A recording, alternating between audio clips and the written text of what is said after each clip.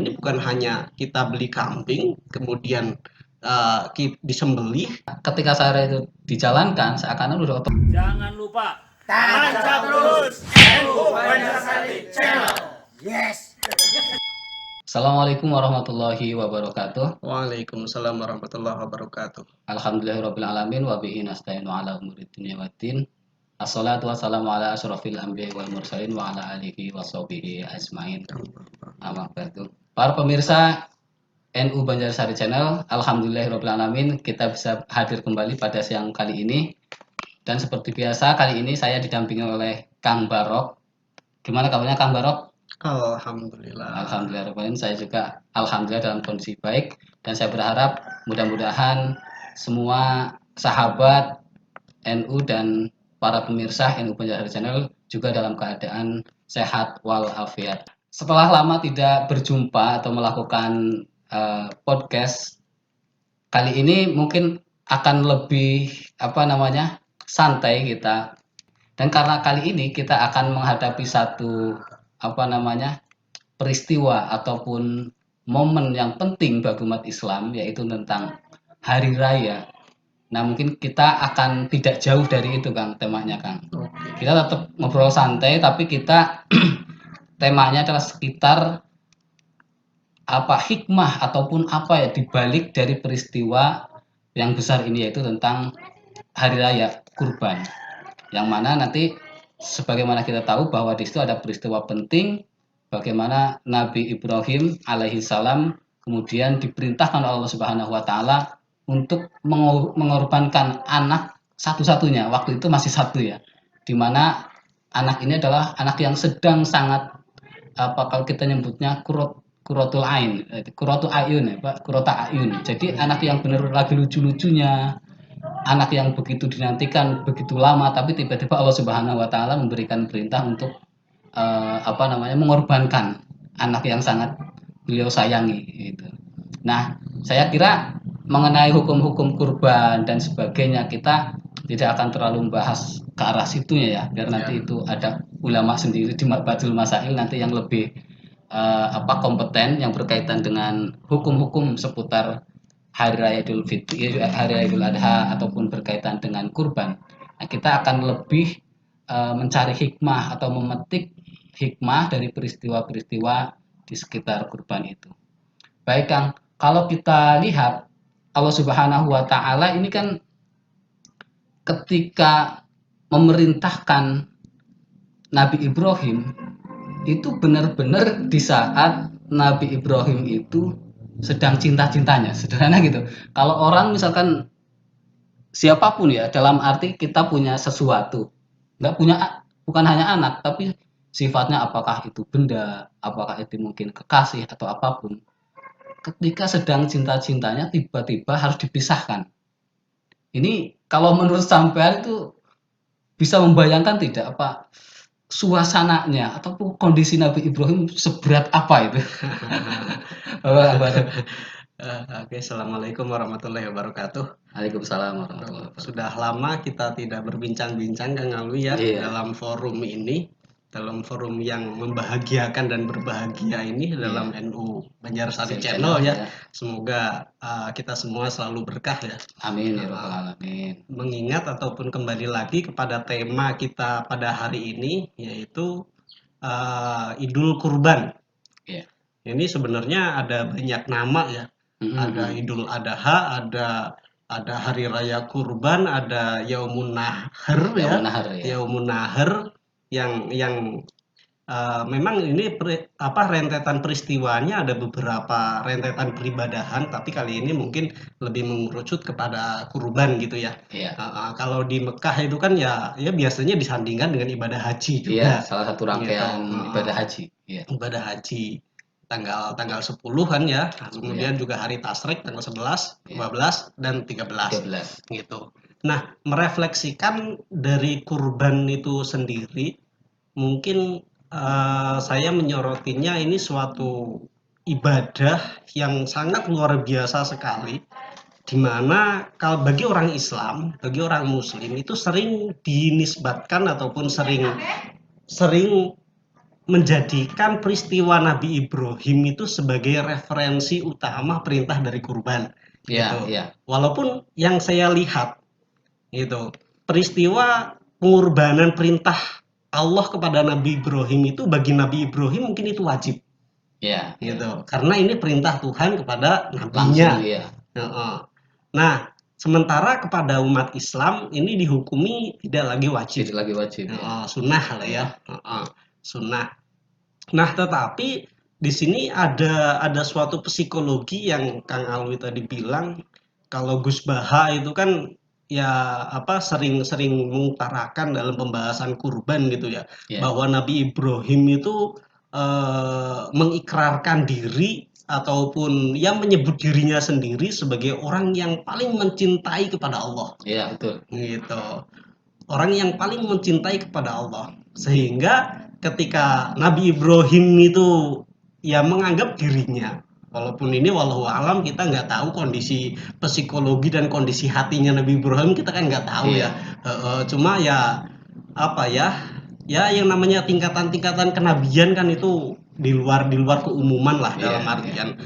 Cuma di sini Nabi Ibrahim mengatakan bahwa ya yang paling mencintai itu siapa lagi kalau bukan Nabi kan gitu. Iya. Sehingga ketika Nabi Ibrahim itu punya anak secara jasmani itu ya, yaitu Nabi Ismail yang ditunggu-tunggu selama berpuluh-puluh tahun itu. Iya. Berpuluh-puluh tahun ya. Ratusan tahun kalau nggak salah. Ratusan tahun malah. Intinya lama lah. Lama. Ini sudah agak sepuh beliau intinya ya udah. Artinya udah lama nggak punya keturunan, mendamba-dambakan keturunan, kemudian dikasih keturunan Ismail, Nabi Ismail alaihissalam. Nah, ketika Nabi Ismail ini lagi lucu-lucunya, Iya. kemelucu lah, lagi kemelucu, lagi sayang-sayangnya ini, lagi ya buah hati lah, punya buah hati kan. Tiba-tiba sama Allah itu diperintahkan untuk menyembelih itu. Iya. Ini ada banyak ada banyak pendapat ya yang mulai bereferensi ataupun yang kadang-kadang berinovasi gitu. Seperti Cak Nun semisal itu kan ya wallahu alam terkait referensi dari Cak Nun itu mengatakan bahwa dalam salah satu dawuhnya atau apanya karyanya lah ya. Iya.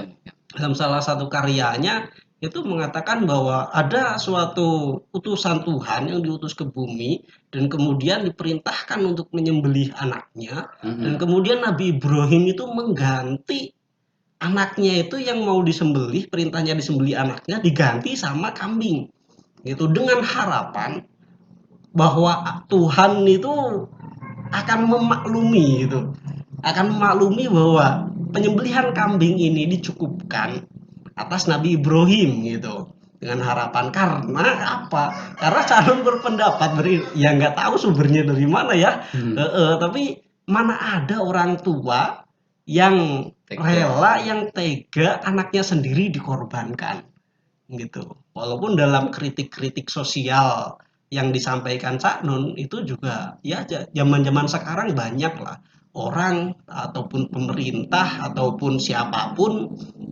itu yang ya kalau dia itu bermasalah ya kenapa tidak dikorbankan gitu. Kalau memang bermasalah ya kenapa tidak dikorbankan gitu. Kalau memang itu hak dan perintah Tuhan bahwa ini suatu jalan yang harus dilalui dan pasti benar, kenapa tidak dilakukan? Tapi secara kemanusiaan ini kan ya siapa yang mau mengorbankan darah dagingnya sendiri gitu.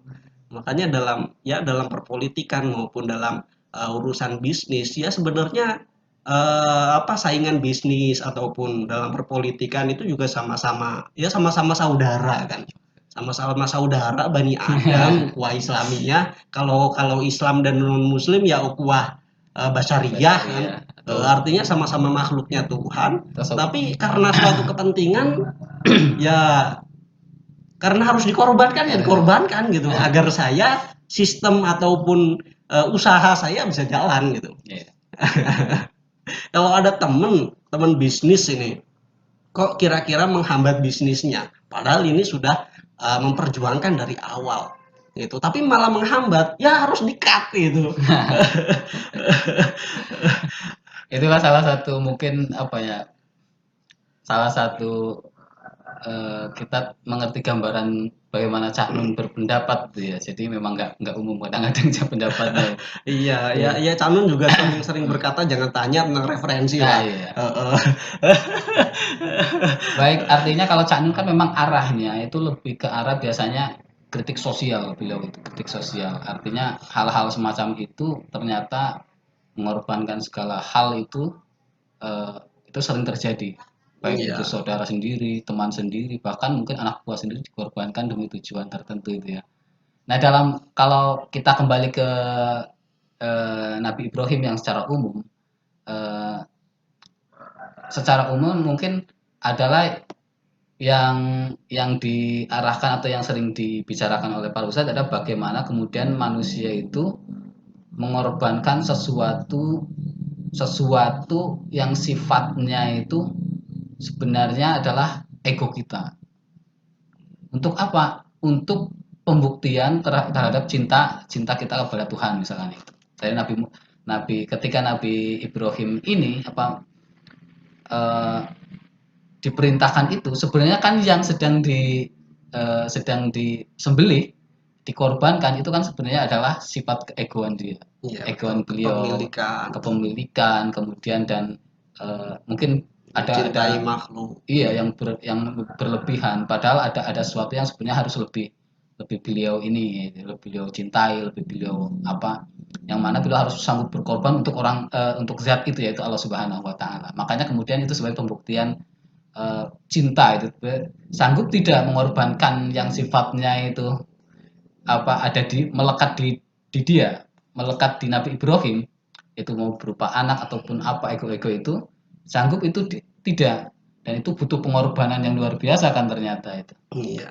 Nah, saya kira kemudian kesini-sini ketika syariat itu sampai ke kita itu pun masih sangat masih sangat semangat itu masih sangat harus dijunjung karena bagaimanapun kalau hanya harta kita mengorbankan harta, misalkan saya punya uang mengorbankan harta walaupun mungkin sebagian orang berat ya, waduh harus beli kambing, harus beli sapi kan lumayan mengeluarkan harta, artinya ada, tapi sebenarnya di balik itu yang lebih berat kan sebenarnya ego kita itu.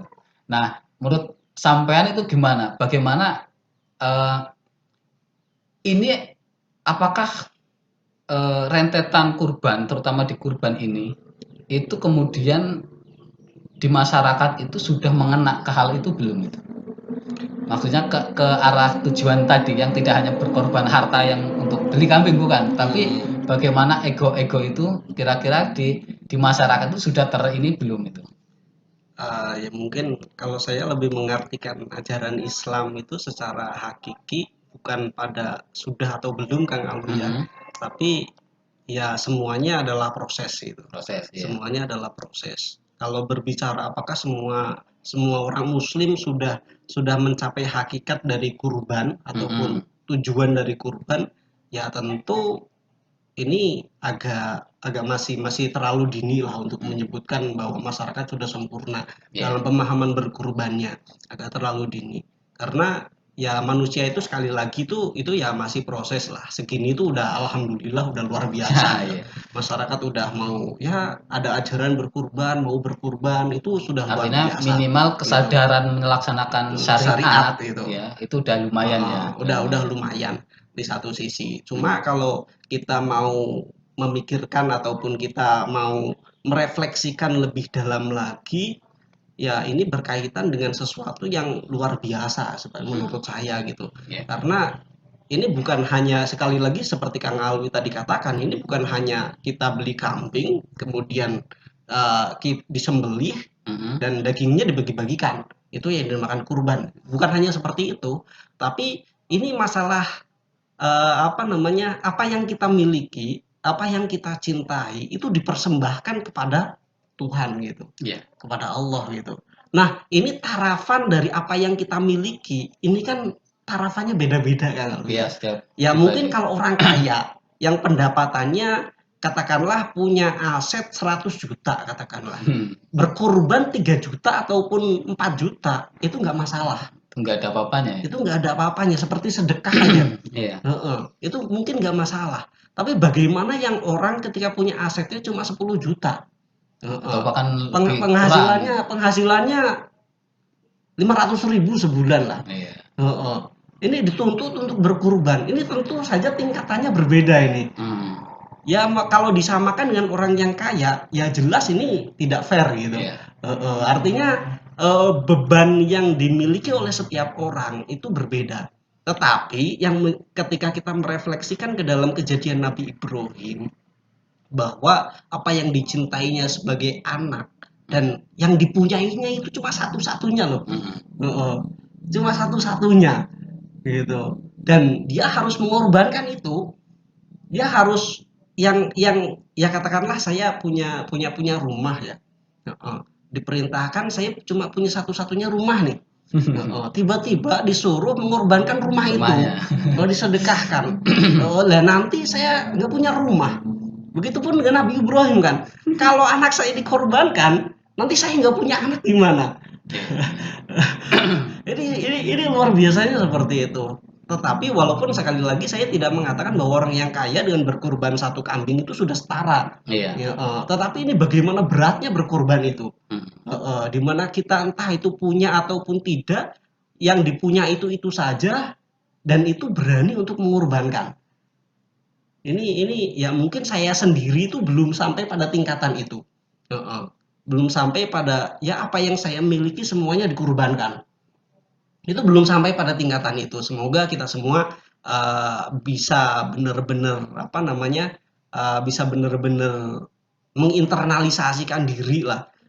Kita sama-sama berproses lah. Yeah. Sama-sama berproses. Karena kalau kita mengingat dawuhnya para ulama, para orang-orang alim, itu ya sebenarnya sejatinya orang itu nggak punya apa-apa gitu. Kalau semuanya itu ya dikasih sama Tuhan gitu. Iya. Kalau seandainya sama Tuhan itu disuruh untuk mengorbankan, ya sebenarnya apa yang kita punya sebenarnya kan. Tapi kan ya kita manusia ya repot juga gitu. Yang kedua dari hal yang tidak kalah penting dari kurban itu adalah bagaimana ada sisi-sisi sosial yang sangat penting, yaitu di mana orang yang kaya yang memiliki ini kemudian disunahkan untuk berkurban. Yang mana kemudian hasil kurbannya ini diserahkan kepada orang-orang yang terutama tentu fakir miskin ya. Fakir miskin yang memang membutuhkan, yang mana orang-orang fakir miskin tentu jarang makan hal yang daging-daging yang sifatnya, karena daging yang kita tahu di kita kan mahal. Mungkin zaman dulu juga sama. Jadi tidak semua orang bisa menikmati daging. Kalau zaman dulu mungkin menikmati hanya gandum ataupun makan lain yang enggak di mana. Tapi di hari raya ini seakan-akan Allah Subhanahu wa taala memberikan satu hadiah kepada semua orang, yaitu lewat orang-orang yang punya itu diminta untuk berkurban, yang mana kemudian diberikan kepada orang-orang yang kurang mampu. Nah, sini kan ada sistem sosial yang menurut saya luar biasa, di mana semestinya dengan sistem itu secara tidak langsung ataupun secara langsung waktu itu orang mau nggak mau akan menikmati hal yang sama, itu daging minimal itu akan mendapatkan daging dan semua orang gembira pada waktu itu. Nah ini kan sebenarnya kalau kita amati yang seperti ini kan ternyata dalam kehidupan tidak semua orang misalkan mendapatkan daging ya karena ada di desa-desa tertentu kadang-kadang kita itu nggak menemukan nggak ada yang kurban di sini ya gitu. Nggak ada yang kurban itu ada, tapi di sisi lain kadang-kadang ada misalkan di masjid lain malah kurban itu banyak sekali sampai kadang-kadang satu orang dapatnya banyak gitu. Kalau menurut panjenengan ini dilihat dari sosialnya kurban ini sampai saat ini sudah bisa menjangkau ini atau belum? ataupun masih inilah apa namanya, masih ada sesuatu yang belum terinternalisasi secara apa namanya, secara Secara merata, meluas gitu ya. meluas ya gitu atau gimana kan?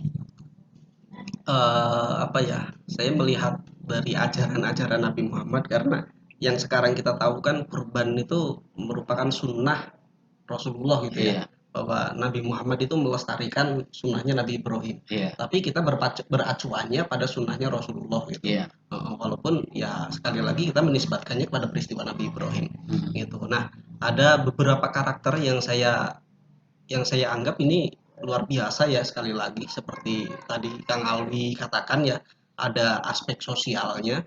Ya mungkin kalau kalau dulu ketika Nabi Ibrahim saya juga belum menemukan referensinya gitu, seperti apa aplikasi kurban itu. Mhm. Tapi ketika zaman Nabi Muhammad ini, bahwa kurban ini sebenarnya tidak hanya kurban saja, tapi zakat juga juga sodako, Iya, infak.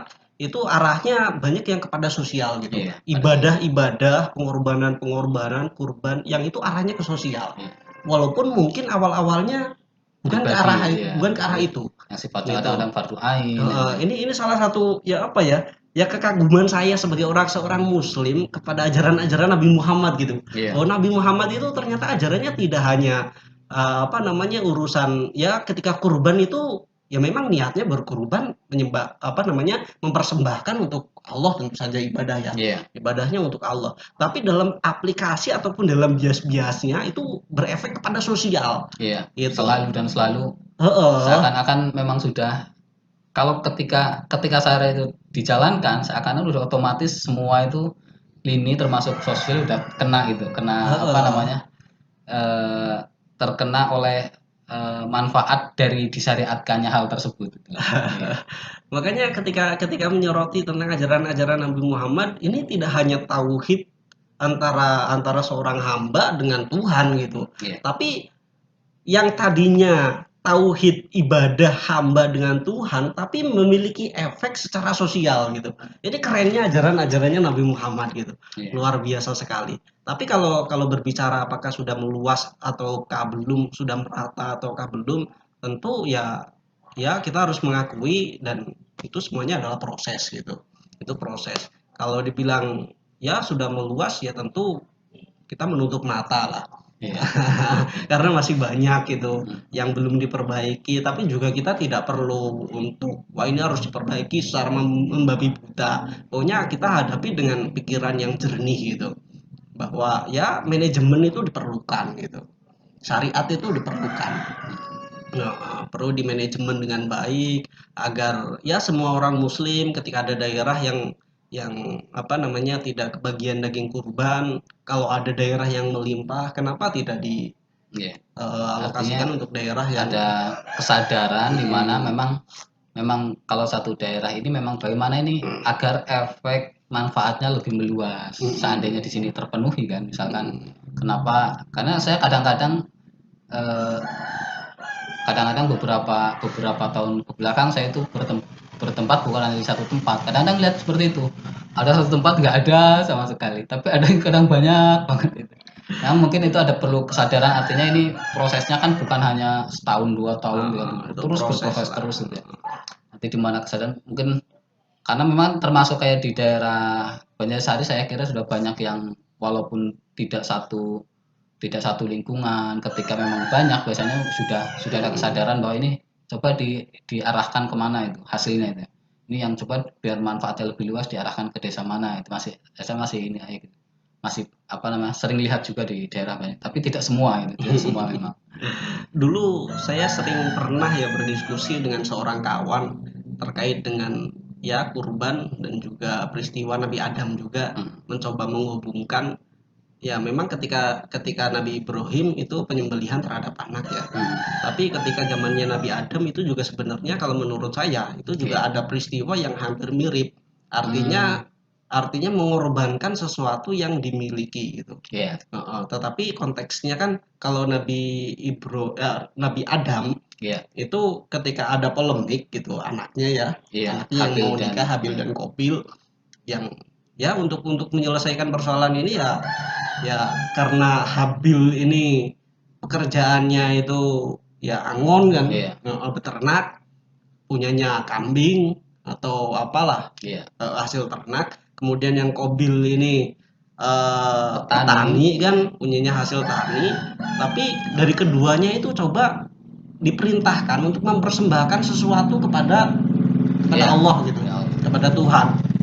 Nah, kemudian di kemudian hari Kobil itu dengan karakternya, karena berpikir mungkin ya karena untuk apa sih Tuhan, paling juga nggak dimakan kan gitu, masa Tuhan butuh makan gitu. Makanya dikasihnya itu hasil-hasil tani yang buruk-buruk gitu. Iya. Artinya yang kurang bermanfaat lah, yang kurang bermanfaat. Sementara yang Habil itu carinya itu yang bagus, yang paling bagus sendiri, yang mana itu yang dikurbankan, Terbaik, itu yang yang terbaik yang dia dikasihkan. Dan ternyata kalau dalam sejarah itu kan yang diterima yang punya Habil itu ya. Walaupun ya sekali lagi perbedaan antara zaman-zaman sebelumnya dan zamannya Nabi Muhammad. Ini kalau dulu mungkin pengorbanan ini bukan untuk sosial gitu. Iya. Arahnya bukan untuk sosial, ya murni untuk ya ditaruh di gunung Iya. gitu. Tapi Nabi Muhammad kan karakternya udah berbeda gitu. Tapi mungkin yang masih sangat itu kan sering kali saya Ustadz ataupun di artikel-artikel memang salah satu yang melatar belakang kurban juga arahnya dari situ. Nah, memang kalau saya melihat itu kaitannya dengan sekarang adalah bagaimana Kobil dan Habil ini kemudian memberi satu pelajaran penting pada kita bagaimana tentang niat dari pengorbanan itu. Artinya bisa jadi yang kita korbankan adalah kita mengorbankan harta, bisa jadi kita berkorban, bisa jadi kita mengeluarkan apa, tapi niat sekali lagi menjadi sangat penting. Dari awal saya kira kalau niatnya memang diperbaiki, apapun bentuknya itu, artinya kalau sekarang mungkin apapun bentuknya, enggak tahu sapi ataupun kambing gitu ya, itu tentu Allah akan lebih ridho itu menerima apa yang kita persembahkan gitu. Tapi kalau kita mungkin agak sedikit kurang bagus niatnya itu, ya walau alam kita nggak tahu Ya, gitu kalau kan. punya uang 10 juta, wah nyari kambing yang agak murah lah gitu. Iya. Kita Apalagi kan niatnya cuma kayak gini, wah daripada malu tetangga yang lain pada kurban, saya enggak, yang daripada malu. Jadi niatnya ke arah sana itu. Jadi cuma menyelamatkan pamor misalkan, kan bisa jadi. Anak orang kita kan nggak tahu gitu kan. walaupun secara syariat kita Ya. juga tidak bisa menyalahkan. Iya, kan. karena itu udah terpenuhi secara syariat itu, secara fikihnya kan udah, pokoknya kalau dia ngasih dengan itu udah beres gitu kan. Tapi kalau bisa ya Iya. ya kasihlah sesuatu yang terbaik, Yang terbaik. yang dimampu gitu. Yang mampu, dan kemudian tentu ini sama seperti bawahan mengorbankan sesuatu untuk atasannya, hamba mengorbankan sesuatu untuk rajanya. Pasti yang dipersembahkan itu ini yang terbaik. Bukan kok yang seadanya itu. Pasti ingin terbaik, karena kalau nggak ada pun kadang-kadang mungkin kita karena memang niatnya untuk persembahan ini, saya mau memberikan sesuatu untuk raja ini, pasti minimal kan malu. Masa walaupun kalau misalkan minumannya harus minumannya yang baik. Kalau minumannya putih kan minimal intinya bagaimana pengorbanan ini menunjukkan keikhlasan dan ketulusan dari pengorbanan itu. Kalau ada manusia ngasih ke presiden karena dia petani jeruk, semisal ngasihnya yang buruk-buruk, yang busuk-busuk, wah itu biasanya protes itu. Iya. Bukan mempersembahkan kepada presiden, tapi dia protes ya. Protes itu dia. Itu pasti demo itu. Makanya ya perlu kita kembali kepada makna. Ya yang sebenarnya, bahwa pengorbanan itu, berkurban itu mempersembahkan kepada Tuhan ya yang sebaik-baiknya gitu. Sebaik-baiknya dalam kondisi ibadah, dalam kondisi ikhlas, dalam kondisi lillahi ta'ala gitu. Bukan karena diri sendiri, wah saya udah berkurban gitu. Tapi karena memang saya harus berkurban gitu. Dan memang saya sendiri pernah mendengar bahwa kalau memang kamu nggak bisa kurban pada waktu itu, ya anggap segala sesuatu yang kamu lakukan di hari kurban itu, baik itu bantu panitia, baik itu kadang bantu panitia membagikan, bantu panitia proses penyembelihan, proses pengkulitan dan sebagainya, itu yang menjadi pengorbanan kamu. Ya karena korban kamu. tenaga. Kurbannya tenaga, kurbannya pikiran membantu Kurban panitia, waktu. waktunya kita kurbankan. Karena apa? Tidak semua orang bisa berkurban misalkan. Ya anggap saja itu adalah pengorbanan bagaimanapun biar Allah yang nanti yang menilainya gitu kan, menilainya seperti tadi. Karena ya kita waktu ini mungkin belum bisa mampu. Ya yang kita mampu apa? Ya tenaga bantu panitia, kita bantu. Oh sana bisanya cuma membagikan, ya wis lumayan membagikan. Itu yang bantu Tapi panitia. jangan diartikan karena sedang patah hati dia berkorban hati. Wah itu. Dia sakit hati karena sesuatu yang dicintai dan yang dicintai itu makhluk gitu. Wah, iya, iya. Itu bukan kategori ya. Itu yang kategori itu. Coba aja. Itu takutnya anak-anak milenial ke bawah galaunya. Wah saya berkorban perasaan saja ya. Iya. Saya kira itu aja. Ada tambahan mungkin Kang Barok?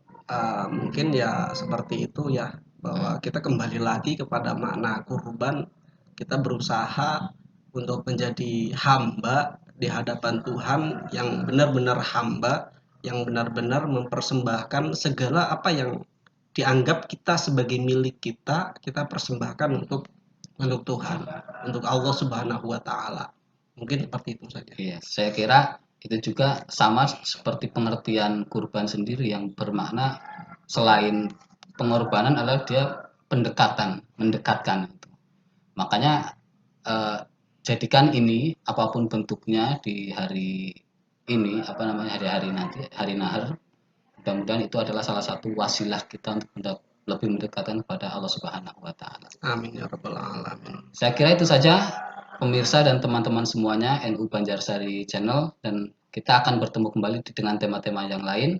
Dan dari kami Kang Barok dan saya Muhammad Alwi, kami akhiri akhir kalam. Wassalamualaikum warahmatullahi wabarakatuh. Waalaikumsalam warahmatullahi wabarakatuh.